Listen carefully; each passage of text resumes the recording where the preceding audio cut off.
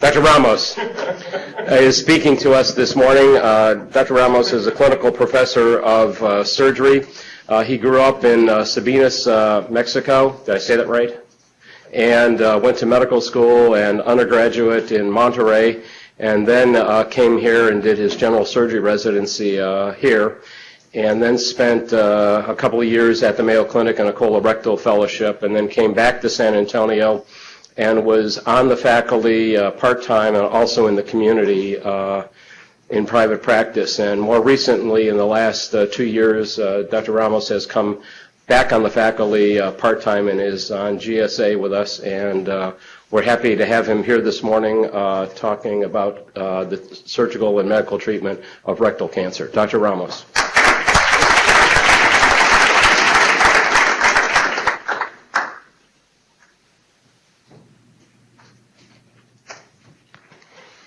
Thank you, Dr. Serenik. I need to know where I change things. Buttons are in English. Good.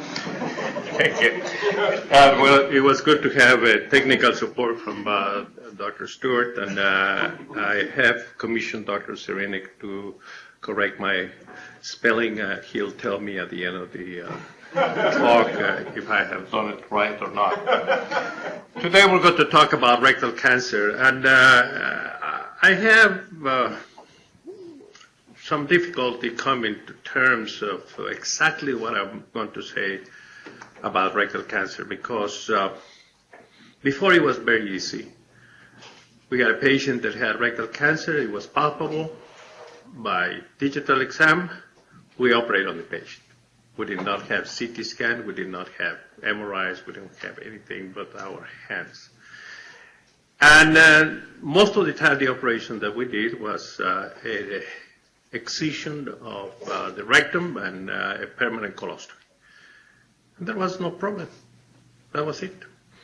Except that it was not very good for the patient, and the survival rate was good, but not very good. Now, we have so many ways of dealing with rectal cancer that becomes confusing. And I will just go and touch a few concepts today and see if we can at least get an idea of what the magnitude of this disease. The numbers are there. And we have plenty of cases. It used to be 50,000. For some reason, and I think because of screening, we have lowered the numbers to 42,000. And historically, and I'm sorry I don't have a pointer, but we can see that this is the development of rectal cancer surgery.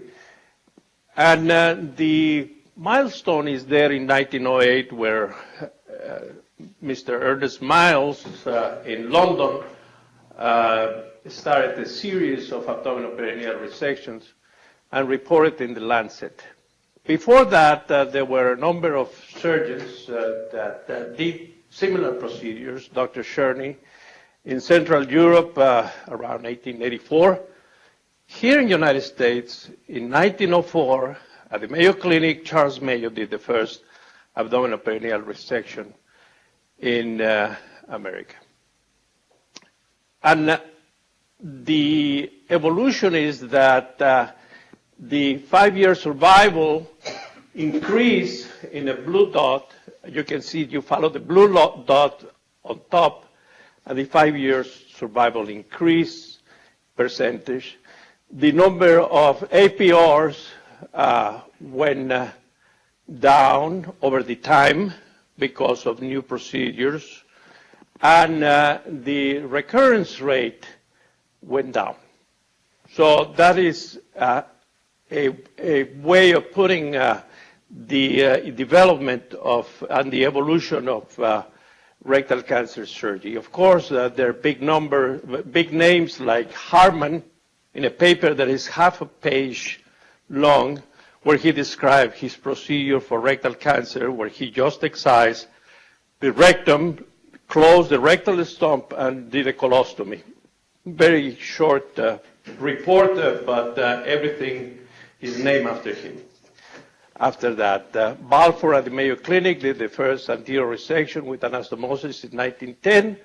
And again, the evolution goes and names like Parks for coloanal anastomosis, Wilhelm in 82 with the concept of total mesorectal excision, and now the laparoscopic surgery and the robotic surgery that sooner or later come to be the best way to deal with rectal cancer. And Mr. Miles, with his contribution of establishing that the cure of rectal cancer requires an abdominoperineal resection, because he studied the pathway of the metastasis to the lymph nodes and noticed that there were metastases going distally and proximally. Now, we need to have, when we see patients with this problem, we need to be sure that we speak the same language. And I don't mean you, Dr. Cerveric. Just that we speak the same terminology. We have the same terms and mean the same thing. So we know what the anal canal is. The anal canal is approximately 2 or 3 centimeters. Some people have longer anal canals. We know where the dentate line is, and that's a fixed point. That's a fixed point. The anal verge, on the other hand, is a little fuzzy exactly where the anal verge is. But the anal verge is about 3 centimeters from the dentate line, so you have to subtract that.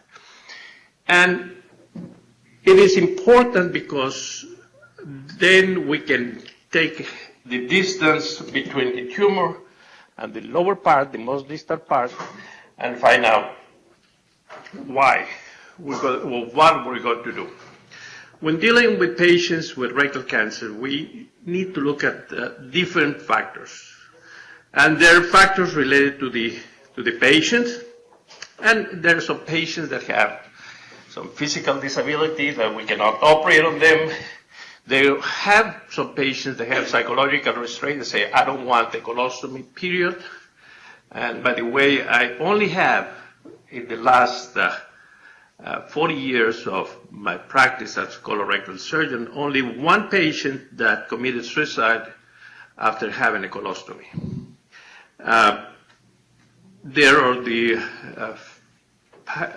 factors related to the sex. Operating in women and the pelvis is easier because they're wide and you can get in there. On the other hand, operating in a man with a narrow pelvis and obesity, then it becomes very difficult.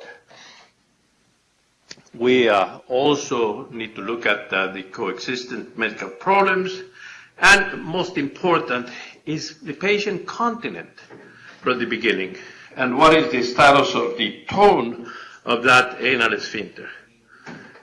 We have some factors that are related to the tumor, the site of the tumor, the type of pathology. Is this well differentiated, poorly differentiated? What is the margin, and where is the lower edge, where is the lower margin of the tumor in relation to the anorectal ring? And it has a tumor spread elsewhere.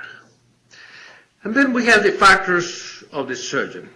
And again, it's very easy to say that judgment is very important, but perhaps it's very difficult to acquire. And the technical skills of the surgeons are very, very important. And in the sense that the best result and the best outcomes are from centers that have units of colorectal surgeons that are dedicated to these type of problems. So the most accurate, but the most expensive instrument is the finger. This, I think you can make better diagnosis than anything if you know how to apply it, and if you think about it when you're just doing the rectal exam, just not do the rectal exam because you had to put in the chart that is rectal exam was done. So it's important because we need to, when we see the patient with rectal cancer, we need to do a staging. So we need to know what we got to do with the patient.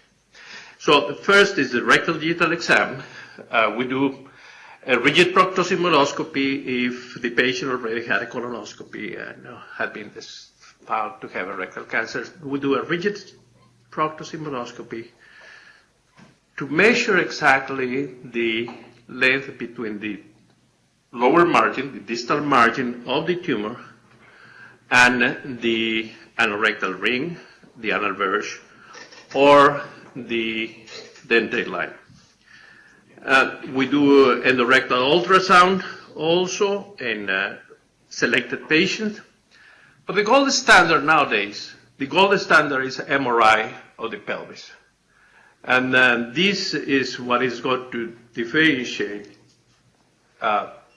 what type of surgery you're going to do, and if you're going to submit that patient to neoadjuvant therapy, that is preoperative radiation and chemotherapy. The issue is that MRI is more expensive than ultrasound. But as we see in a little bit, ultrasound is not that accurate. We do CT scan of the abdomen and pelvis to look for distal metastasis. We do not do PET scan from the beginning. PET scan, we look at it after we suspect recurrent disease. And we do a CEA. Now, when we do a rectal digital exam, it's very important that first we notice the tone of that sphincter. The involuntary tone, that is with the patient at rest, and the voluntary tone, we ask the patient to squeeze and feel that. We need to feel the size of the tumor, and we can say that many times. The shape of the tumor, if this is ulcerated, excavated tumor, or polypoid, if it's a sessile or pedunculated, or it's ulcerated, the consistency of the tumor. If this is a very hard tumor or is mushy, most of the tumor is a villous adenoma. And the mobility. And that will give us an idea of the T classification of the tumor, that is the penetration of the tumor in the wall of the rectum. If the tumor slides with the mucosa over the muscularis propria, that tumor is probably a T1. In the other hand, if it's tethered or fixed, that tumor is a T3 or a T4. We need to tell also in our report where is that tumor in relation to the rectal wall. Is that anterior, posterior, right, left, or is it circumferential, or is partially obstructed? And the distance, again, from the anorectal ring. And you can feel that anorectal ring, and you can see if the tumor is above that or not. And please, please, please get rid of the bad habit of reporting lesions in this particular area with a clock. I've never seen a clock in the anus. Never. It's at 6 o'clock. Yeah. Trauma service does. But alarm clock. The issue is that you say 6 o'clock, you have to say what position was the patient on. Is this the patient in lithotomy? Is it the patient in prone position? Is it the patient on lateral position? So, on the other hand, you need to do it anatomically. You say right, left, anterior, posterior. That's it. Now, On the teeth classification of invasion of the bowel wall, it's important to notice that T1s are just infiltrating the mucosa and submucosa. T2 are the lesions that go deeper into the muscularis propria, and T3 are the tumors that are going outside the rectal wall. And you can detect that on ultrasonography. Now, the treatment of rectal tumors is mainly, we can do local therapy, or we can do a low anterior resection, or an extended low anterior resection, or extended low anterior resection with coloanal anastomosis and or reservoir, or an abdominal perineal resection. And we can do it with the conventional instruments, or we can do it laparoscopically, or we can do it with robot. So the criteria for the selection of local treatment is that the tumor should be less than 3 centimeters in size. That should be between 7 to 8 centimeters on the anal verge. Sometimes we can go a little higher and bring tumors down and remove them transanally. And the tumor needs to be a T1 or a T2. If this is a T3, there is no place for a local excision, except that the patient is in very bad conditions and you're not going to do any other treatment, any other radical surgery. That the tumor is well differentiated, that has no lymphovascular invasion, and you need to take into account the comorbidities of the patient. So this is a rectal cancer. It's right there at the dentate line. It's an adenocarcinoma. It's 2 centimeters in size. It feels like it slides through the rectal wall. The mucosa slides nicely. And so we can do a wide local excision, go full thickness, get 1 centimeter margin, and resect it. In this case, again, the finger is accurate about 75% on detecting the stage of the tumor pathologically. And maybe it's between 75% to 80%, which is about equal or better than ultrasound. Now, if you are in a big center, University of Minnesota, that is heavily into that, then you will find that your accuracy is how much? 60%? 70%? The same. And you overcall a few cases and you undercall a few cases. So what other test in medicine is going to determine what surgery you're going to do? What do you do if you have a test that has this sensitivity? Only 70%. So you take it with a grain of salt. So only in the centers, again, that where the people are doing a large number of ultrasound with good quality control, ultrasound is good. Otherwise, the average ultrasonographer that will see probably 2 or 3 cancers a month will not have the accuracy of the people at Memorial or the big centers. Now, if you look at the T stage, then you can predict more or less the number of lymph nodes, positive lymph nodes that you're going to have. And this is from Bellingham back in '92, where he resected these tumors, radically did lymphadenectomy, and that's where he came with the idea that T3 had 44% of positive lymph nodes. Then there is a little bit more refinements. The people that have T1 tumors in the lower third of the rectum.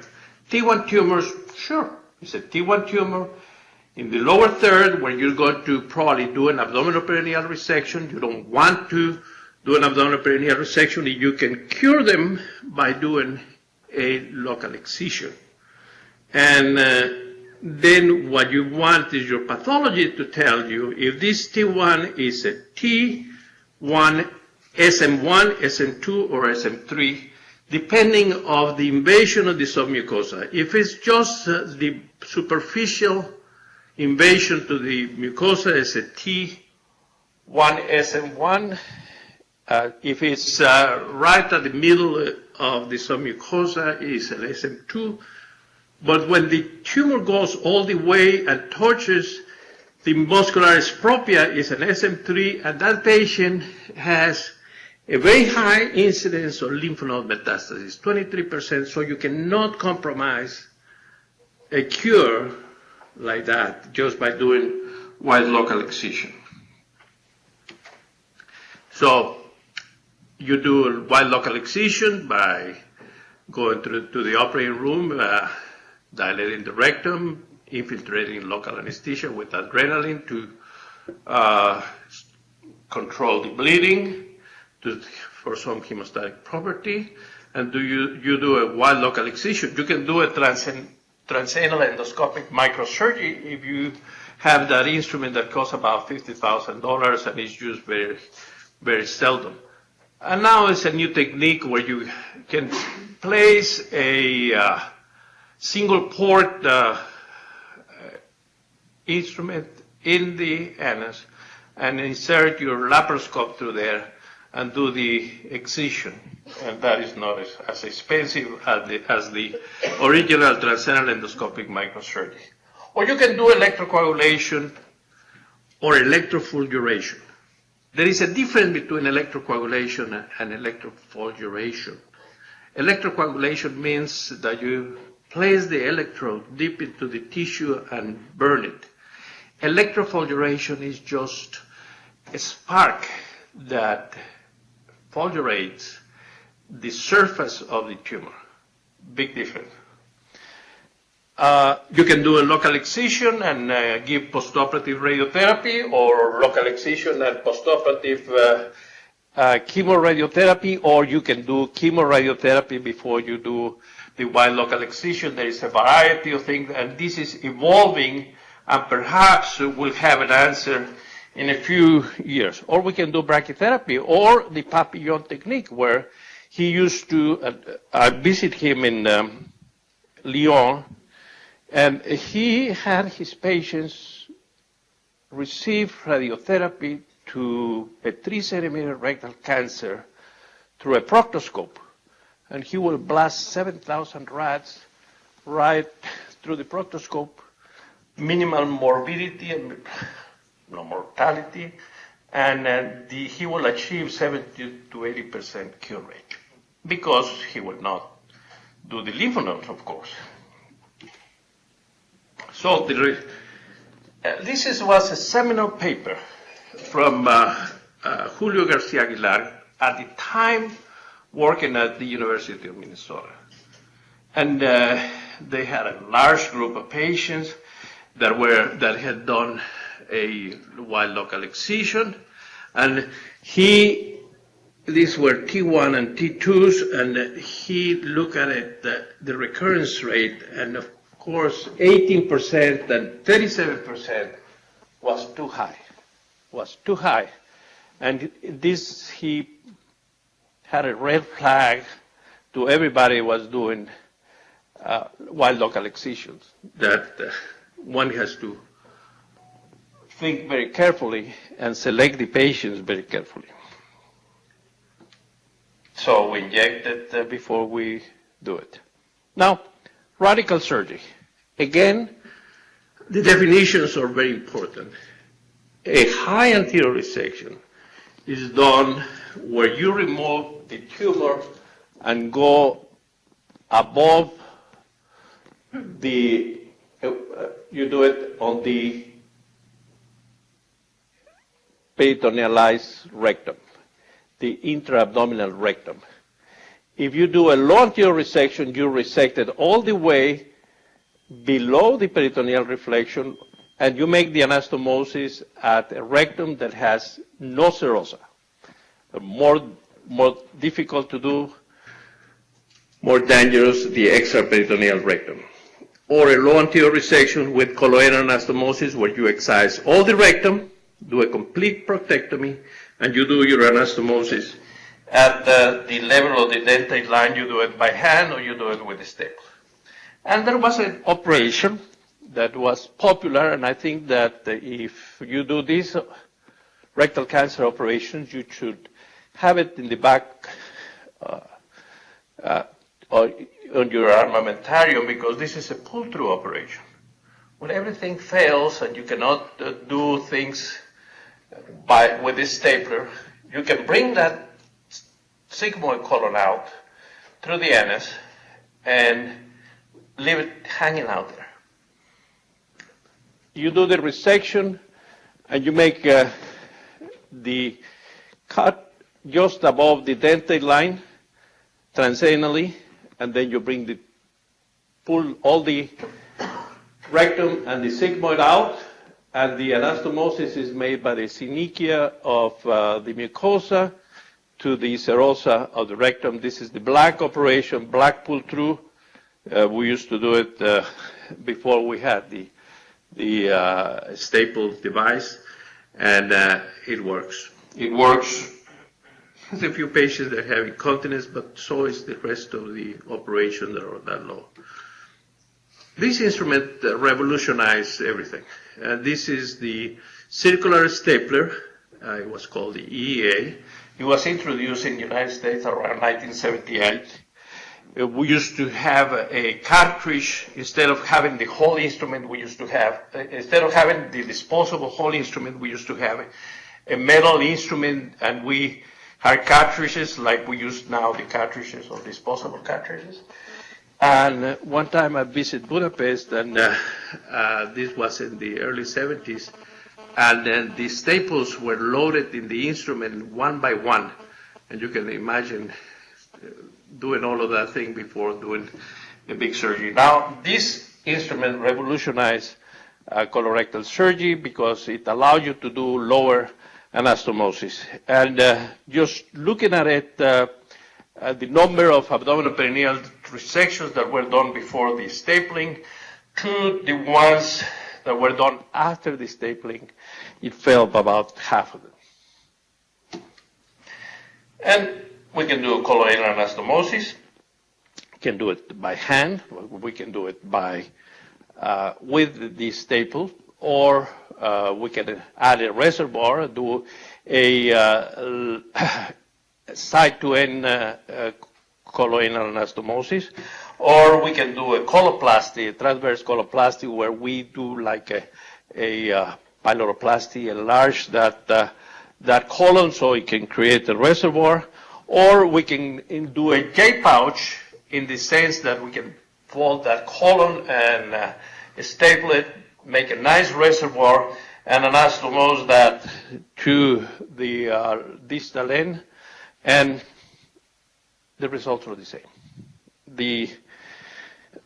Except with the straight coloanal, where the function is not that great, the other ones are very, very good in the sense that they're about the same for all of them.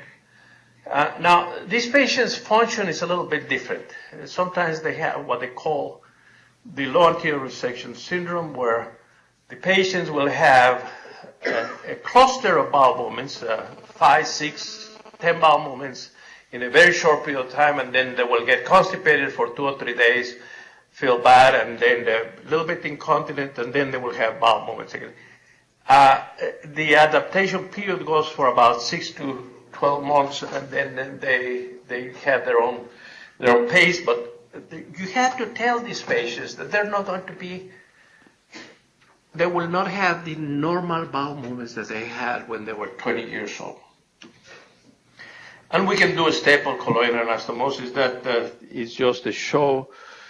We did this about 1980 on a lady that had a large villous adenoma. The little staple one can see through the anus of a very low coloanal anastomosis. And on these patients that had anastomosis to a level of about 5 centimeters from the dentate line, we add an ileostomy, a loop ileostomy in all of them. Now, the concept of total mesorectal excision was introduced in the early 80s by Virgil in England, and what he defined is a method of doing surgery in the rectum where he will do a meticulous, sharp dissection. He will not go with his blunt fingers trying to rip that rectum out, but very sharp dissection with scissors or electrocautery. Enter the right plane, that is an avascular plane, because it is two different structures, the pelvic wall and the rectum with the mesorectum. And he called it the holy plane, because practically if you are in the right plane, you don't have any bleeding. It goes very, very nicely. And dissected all the way to the levator plate, remove the non-biliary fascia, and we'll try to protect and preserve the hypogastric plexus. He will avoid coning down, and he will do a rectal washout. And this is what it meant by the total mesorectal excision, where he will resect all the way to the levator plate this tissue that is the fat tissue that is posterior to the rectum and lateral. And he will say, do not go through the mesorectum and tear it out, but do a complete excision all the way to the levator plate. Now, when you do these operations, you will notice that you will gain approximately 3 to 4 centimeters by doing the dissection and pulling the rectum up. So if the lesion preoperatively was at 5 centimeters, then your anastomosis may be at 7 centimeters with a good margin. And you need to tell your pathologist exactly what you want. And the terms have to be very well defined. The surgical margin is the one that is measured in the operating room with the patient, with the specimen fresh, without fixation, without stretching it. And the pathology distal margin is the one that is taken after the tumor has been fixed. And the most important is the circumferential margin, that you have done a complete excision and you're more than 1 millimeter from the tumor. So the pathologist is extremely important, and if we can get the pathologist that has some interest in GI pathology, I think the better, because they're the ones that will give us the quality assurance of our surgery. The margins and the completeness of the mesorectal excision. And by looking at the mesorectum and sometimes taking pictures of it, it will tell us if we have a complete mesorectal excision with a very shiny surface there, or if the tumor of the mesorectum has been violated and we have the mesorectum in pieces or incomplete, which means a bad prognosis. Again, the 5 centimeter rule was very good, but now we can live with a 1 centimeter margin. It should be adequate, but we try to get as much as we can. Now for this tumor, and this patient had $200 of preparation age and didn't work. We don't have any other choice. We don't have any other choice but to do a complete excision of the tumor and do an abdominal perineal resection with excision of the tumor. Now, there is a discrepancy nowadays where they say that the abdominal perineal resection should include the entire musculature of the pelvic floor, the entire levator ani, and have a completely cylindrical a specimen instead of come down to where you can resect the elevators here. You have to be out there. What that gives you is a wide space that you had to fill it up with flaps, or you can put a mesh, or you just leave it alone. Important position is everything in life. Yes.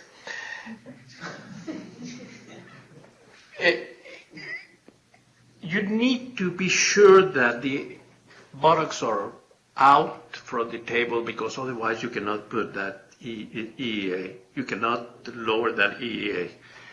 You need to put a sacral rest, a sacral pad in there to elevate the pelvis. Your scrub nurse should be at the top of the patient. You need to protect the face, because otherwise it can come down and crush into the face of the patient. But the scrub nurse should be on top of the patient, on the right side of the patient. The patient should be with the hands down, with the arms tucked in. And I know sometimes they're so obese that you cannot put the hands down. But again, this is the preferred position, and this is the preferred, because the scrub nurse can give you the instruments directly and doesn't have to go over the leg to give you the instruments. But again, you know, that's the professional way of doing it, not the amateur way of doing it. I'm sorry. So when you do a combined abdominal perineal resection, you work through the pelvis, you work through the abdomen, and excise the entire rectum with the lymphovascular pedicle, the mesorectum, etc. And you can go as wide as you can if it's needed. And on this patient, of course, we cannot do anything else but an abdominal perineal resection. The tumor is right at the dentate line, no way of dealing with other things. And if the tumor is invading or close to the posterior wall of the vagina, you include the posterior wall of the vagina in your specimen. And you do a colostomy, and the colostomy is sometimes can be treated, and you can put an appliance, but on this particular patient, he elected to irrigate. And if you have a good ET nurse, it will teach the patient to irrigate, and the patient don't have to wear an appliance, he can wear a pad. So the major development and what is recommended now is that patients that have locally advanced resectable tumors should have a neoadjuvant therapy with radiation for about 4 or 5 weeks and chemotherapy. And the radiation can be given either in a short segment, 5 days, or in the entire 5 weeks. And we operate the patients about 8 to 10 weeks after the radiation. This was confirmed by the German rectal cancer trial, where they found that this radiation chemotherapy decreased the local recurrence, which is a big factor, and it increases sphincter preservation, but did not improve survival. The only paper that improved survival is the one from Sweden back in 97, and on that particular trial, the survival was better after radiation and chemotherapy. Now, there is another phase. There is patients that can be operated with radiation and chemotherapy, and the results are not that bad. The results are not that bad. These 655 patients at the Mayo Clinic were reviewed retrospectively, and these patients had surgery without radiation chemotherapy, preoperatively. These patients, for a number of reasons, the majority of them did not want to have radiation chemotherapy before. So they had surgery done. And the local recurrence rate of 4.3 is not that bad. When you do wide radical surgery, then you can achieve these numbers. Now, the $1 million baby, 2.5 has gone up. A number of things on this factor. You see these instruments here? These are the instruments that go into the patient. And they have nice circuits here that only last 10 procedures. At 10 procedures, you have to change the entire instrument there. It costs. It's very expensive. So, yes, one can do rectal surgery, cancer rectal surgery with a robotic. And it's adequate, it's safe, it takes longer. But we don't have any evidence that the outcomes are better than simple laparoscopic colon surgery or open laparoscopic colon surgery. The cost is higher. The conversion to open, well, that is subjected to a pan-world trial that is called the ROLAR, robotic versus laparoscopic rectal resection, and that will have the report in a few years. So what is the future? I think that we should strive for increase the registry, the number of registries that we have, and we should have regional registries. We need to support the multidisciplinary groups. And again, there's many ways of doing it, but the basis of this, which should be the surgeon, the pathologist, and the radiologist or the image expert.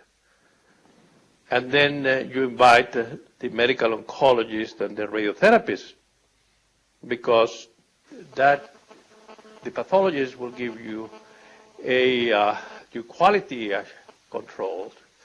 The surgeon should have the expertise to do the surgery, and the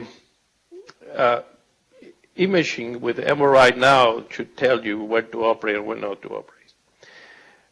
We should educate our surgeons on total mesorectal excision and into laparoscopy, because laparoscopy now is the way of the future. The outcomes oncologically are the same. The outcomes as far as the quality of care immediately postoperatively is much better, and the number of complications is less, but still we have less than 10% of all the colon surgery done non-laparoscopically. And it's hard to train already trained surgeons. So we need to have quality assurance programs like Dr. Pellegrini in Washington. And perhaps the future will be the selection of surgery based on genetic testing. You know, there is a group of patients, that is about 20% of them, that after you give them radiation and chemotherapy, they will have total pathological response. The tumor will be gone. And you still operate on those patients. If we can identify which ones are going to respond like that, then we can plan into not operating on them and just follow them if we can have the ways of following them. And the work of Angelita Gama in Brazil and others have opened the doors to this type of testing. And finally, you know, the Norwegians established the Norwegian rectal cancer study group. And they look at it and they educate the surgeons to do total mesorectal excision. They establish the multidisciplinary test. And they lower this mortality and the local recurrence from something like 28 to 6% by doing the right things. And the other thing they did is they look at the different hospitals and evaluate the gastrointestinal surgeons, and those doctors that were having the bad results were eliminated from doing rectal cancer surgery. And they were just rely on the ones that were doing adequate work. A little bit utopian, but we don't see too many Norwegians in this area. Thank you very much.